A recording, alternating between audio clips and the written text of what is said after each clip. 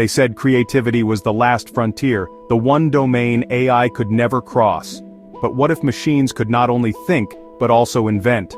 From sketching new circuit boards to devising entire products without human prompts, generative AI is evolving into something once reserved for science fiction: a creator. This isn't just about AI writing code or drawing pictures, we're talking about machines that invent real working hardware. They don't just assist, they initiate, they build, they iterate, strap in. What you're about to learn will change how you see innovation forever. Subscribe, like, and turn on notifications, because we're about to explore how AI is stepping into the role of the inventor and reshaping the future of hardware design in ways more profound than most people realize. Let's start with something concrete: patents. In 2020, an AI system named Dabus was listed as the inventor on 2 patent applications, one for a food container that uses fractal geometry for better grip and heat transfer, and another for a flashing beacon that attracts attention during emergencies. Neither was pre-programmed. Dabus generated these inventions autonomously, and while patent offices in the US and Europe ultimately rejected the idea that a machine could legally be named as an inventor, the implications were staggering. AI had crossed the threshold from tool to originator. This raised a fundamental question: if an AI can originate ideas, does it possess a form of creativity? And if so, how do we as a society recognize, protect, or regulate that creativity? Legal systems across the globe are now scrambling to catch up, hosting roundtables, drafting amendments, and launching public debates about machine authorship and ownership. That was just the beginning. Generative AI platforms like OpenAI's Codex, Google's Gemini, and Anthropic's Claude can now ideate, simulate, and test components for physical products.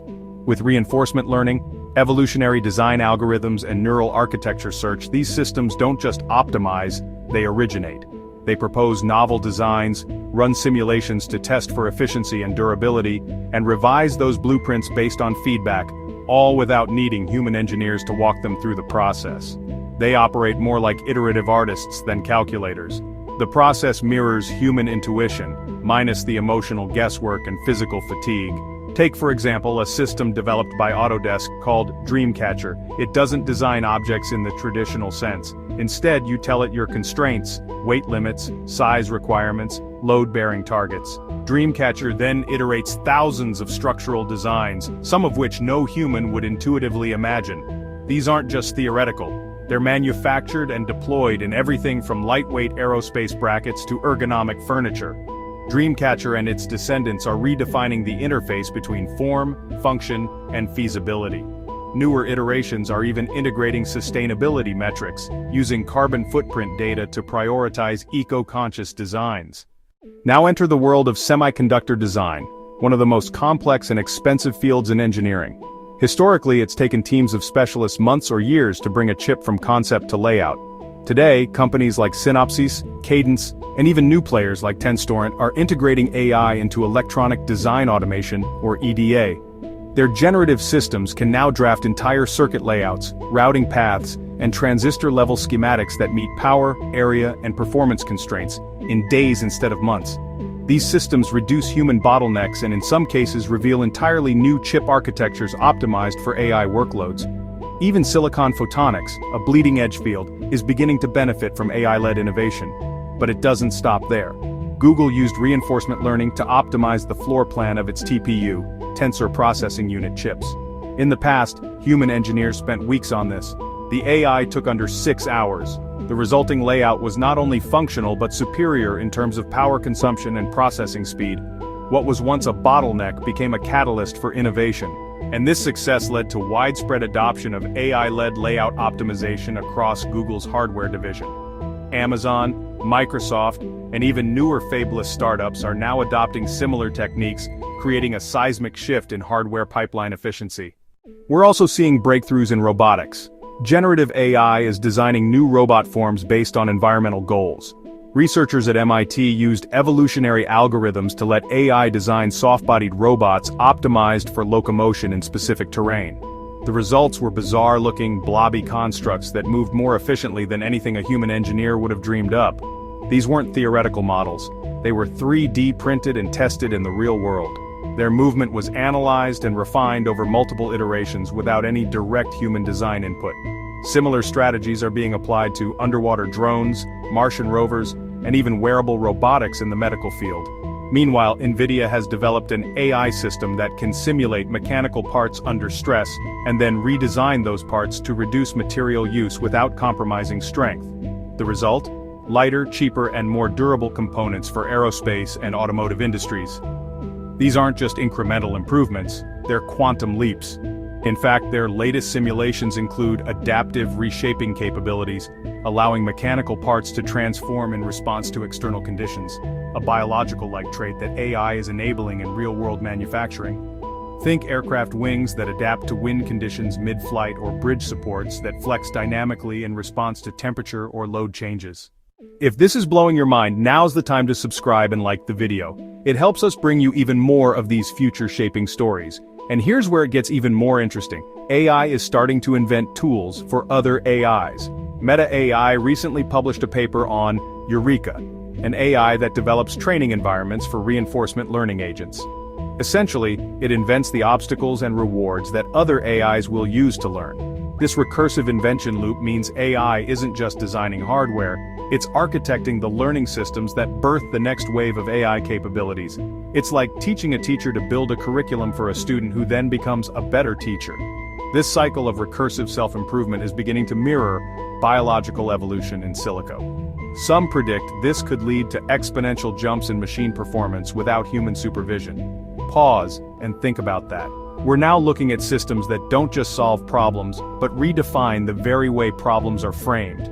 That's what inventors do. They don't just answer the question, they ask a better one. And when AIs begin asking better questions than humans, we're entering unfamiliar and extraordinary territory.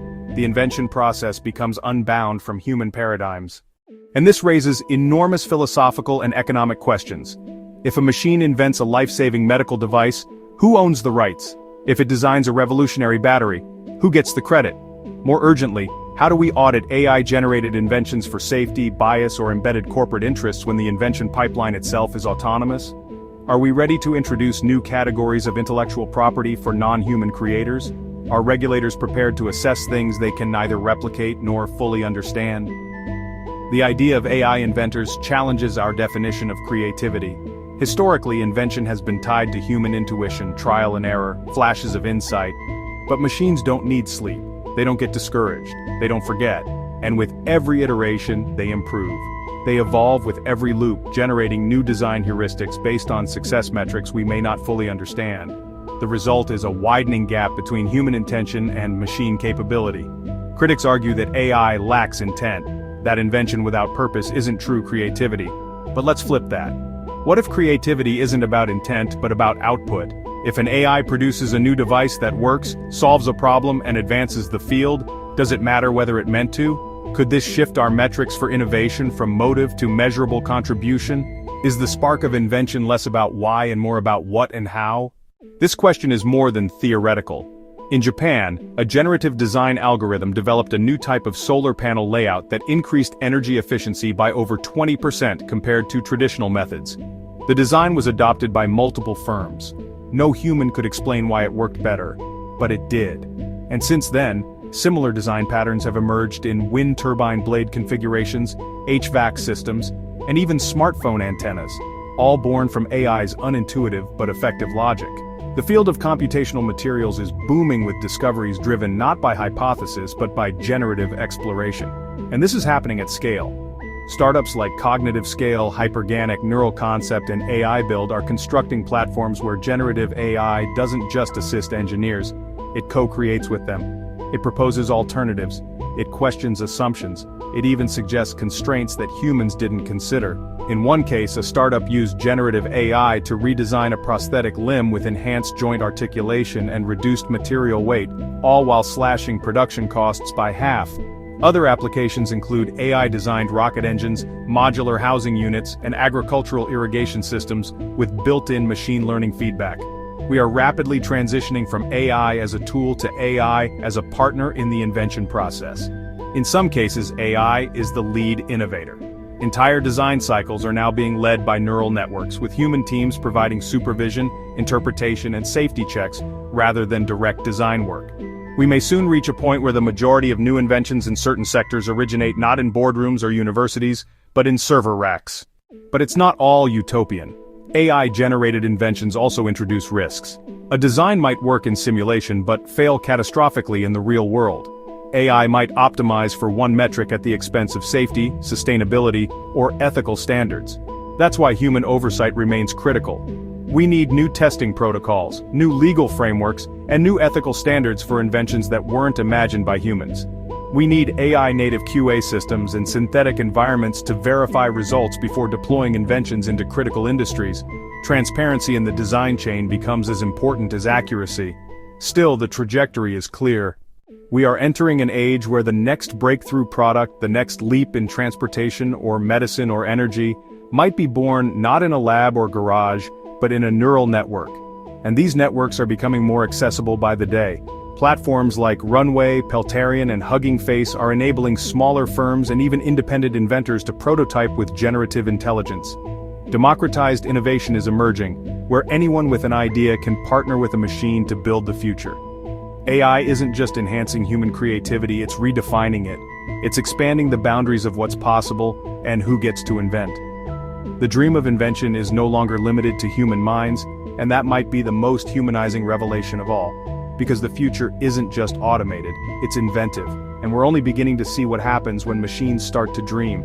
If you found this video mind-opening, make sure to subscribe, like, and share it with someone who still thinks AI is just about chatbots. This is Tech Mythos.